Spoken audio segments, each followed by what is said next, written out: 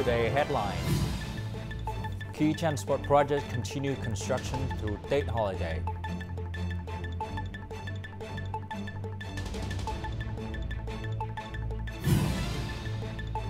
And fishermen maintain fishing grounds for the new season.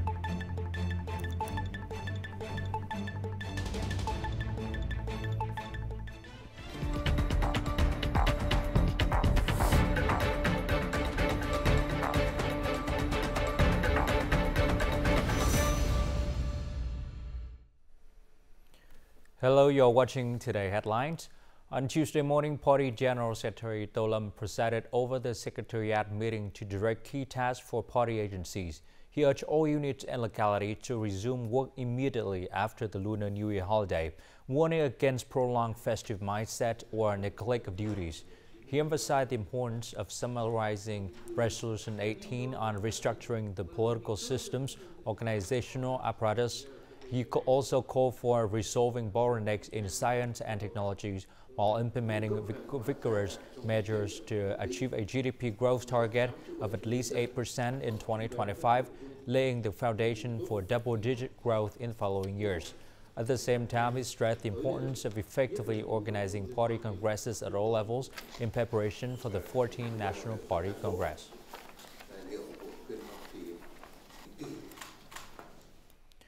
Prime Minister Phạm Minh Chính, who chaired the Steering Committee for Nuclear Power Plants Construction, presided over the committee's second meeting in Hanoi on Tuesday. He emphasized that developing sustainable energy is an urgent priority, with nuclear power being a crucial solution to meet requirements and align with global trends. He directed committee members to review progress since their first meeting and discuss a detailed implementation plan for the nuclear power plant project. The Prime Minister also called for establishing specialized working groups and outlining specific requirements for the implementation plan, emphasizing clear delegations of responsibility, timeline, and deliverables. While most peoples have resumed their daily life after the Lunar New Year holiday, many construction workers, especially those involved in key transportation projects, continue working without a break. Accelerating major infrastructure work is crucial for reaching this year's 8% economic growth target. For this reason, many construction teams work through date, striving to speed up progress while ensuring the quality of the projects. As for key transportation projects in Ho Chi Minh City, 7 construction teams were deployed on the first day of the Lunar New Year, operating 24/7 to accelerate project progress. As of February 3rd, the 7th day of the Lunar New Year of the Snake, more than 95% of laborers in nearly 92% of businesses in Hanoi had returned to work after the Tết holiday, according to the Hanoi Federation of Labor. And in Ho Chi Minh City, nearly 90% of workers at enterprises with labor unions have returned to work. In government agencies, units, and state-owned enterprises, this rate reached nearly 99%. The chair of the Hanoi Federation of Labor, Phạm Quang Thanh, asked trade unions in industrial and export processing zones and grassroots unions to coordinate closely with businesses. He urged them to listen to worker concerns and aspirations and provide timely consultations and reporting to authorities to ensure that strike and work stoppages do not occur. Tuna remains the largest contributor to Vietnam's seafood exports, with ocean tuna expected to reach nearly $1 billion in 2025. After celebrating the Lunar New Year at sea, tuna fishermen from the South Central region have returned to port. They are now ready for the new fishing season and strongly committed to complying with legal regulations, including those tackling IUU, illegal, unreported, and unregulated fishing. After over 40 days at sea and celebrating Tết on board, fishing boat PY 90945 docked at Dong Tak Fishing Port in Tuy Hoa City. The boat brought in 80 ocean tuna. The owner will receive nearly $12,000 when the catch is sold. The high yield has the boat owner and crew excitedly preparing for their next trip, which many fishermen refer to as the first open catch of the year.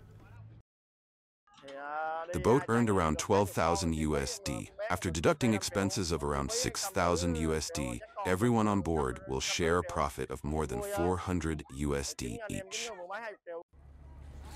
Starting from the fourth day of the lunar year, Phú Yên ocean tuna boats have been returning to port with an average catch of over 2 tons per boat. The heavy catches from boats at sea during Tet motivated over 600 tuna fishing boats in Phú Yên to prepare for the 2025 season.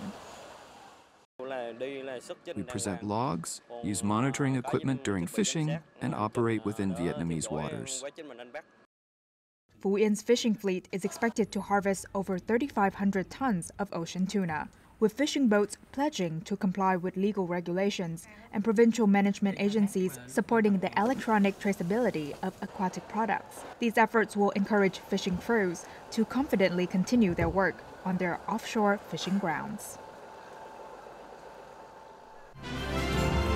Coming up next, Mekong Delta localities actively respond to saltwater intrusion.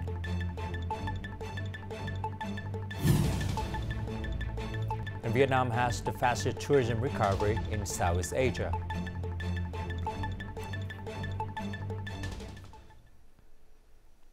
The banking industry is at the forefront of innovation with major investment breakthroughs in core banking technology that promote digital transformation, according to the Vietnam Banking Association. In 2025, digital payments are expected to become the mainstream norm as the demand for cashless payments increases sharply. Many banks continue to consolidate their pole positions in the financial industry by widely applying artificial intelligence, especially Gen AI, to core business activity, bringing efficiencies and cost optimization benefits.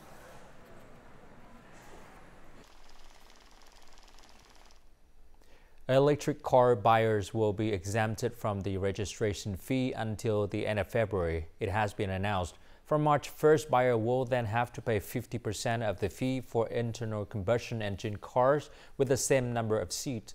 With this change, the rolling cost of electric cars will increase. For example, suppose an electric car model has a list price of 1 billion Vietnam dong.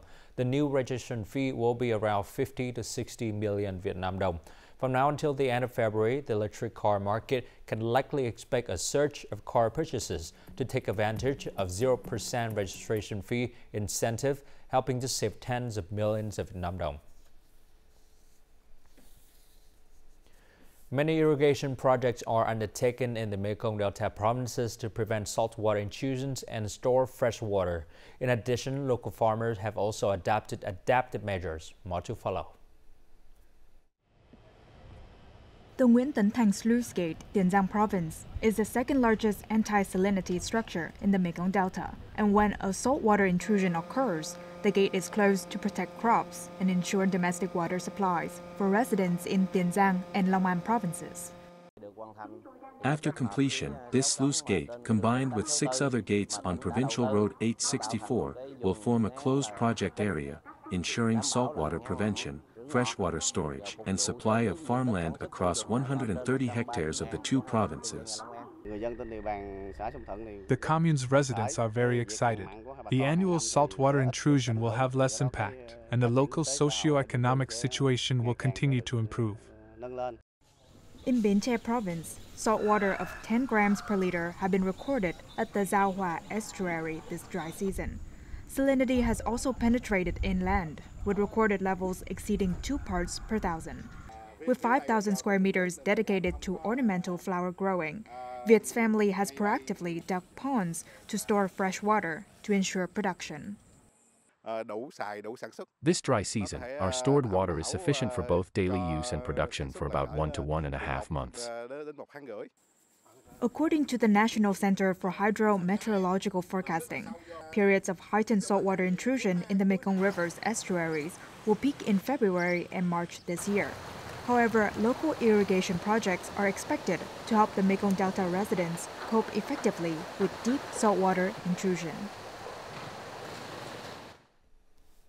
This morning, the Ministry of Natural Resources and Environment coordinated with the People's Committee of Tai Binh Province to organize the Tree Planting Festival to remember President Ho Chi Minh and mark World Wetlands Day at Tai Thuy Wetland Nature Reserve. Tree planting, forest protection, and development are becoming increasingly important in dealing with environmental pollution and climate change, which are global challenges. Tree planting plays a role in restoring ecosystem. It contributes to limiting greenhouse gas emissions, preventing natural disasters, and creating livelihoods for local communities.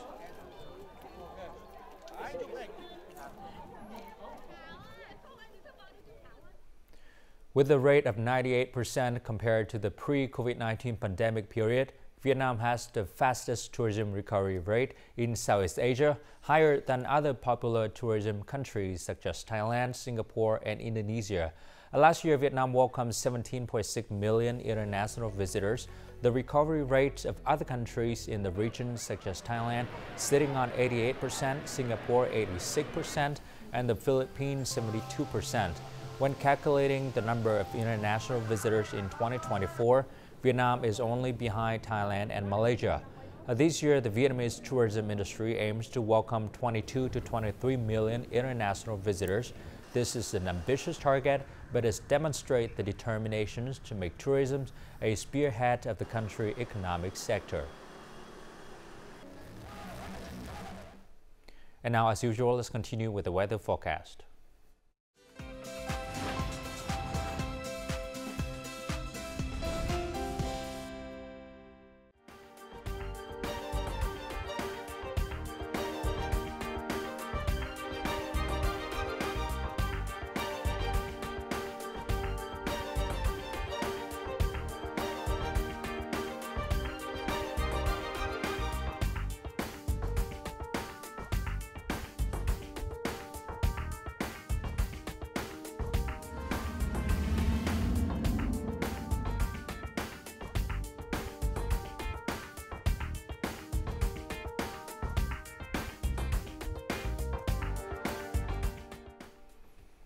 And that's it for today's headline. To rewatch a program, you can log on to vidvigo.vn or download our mobile application VidVigo.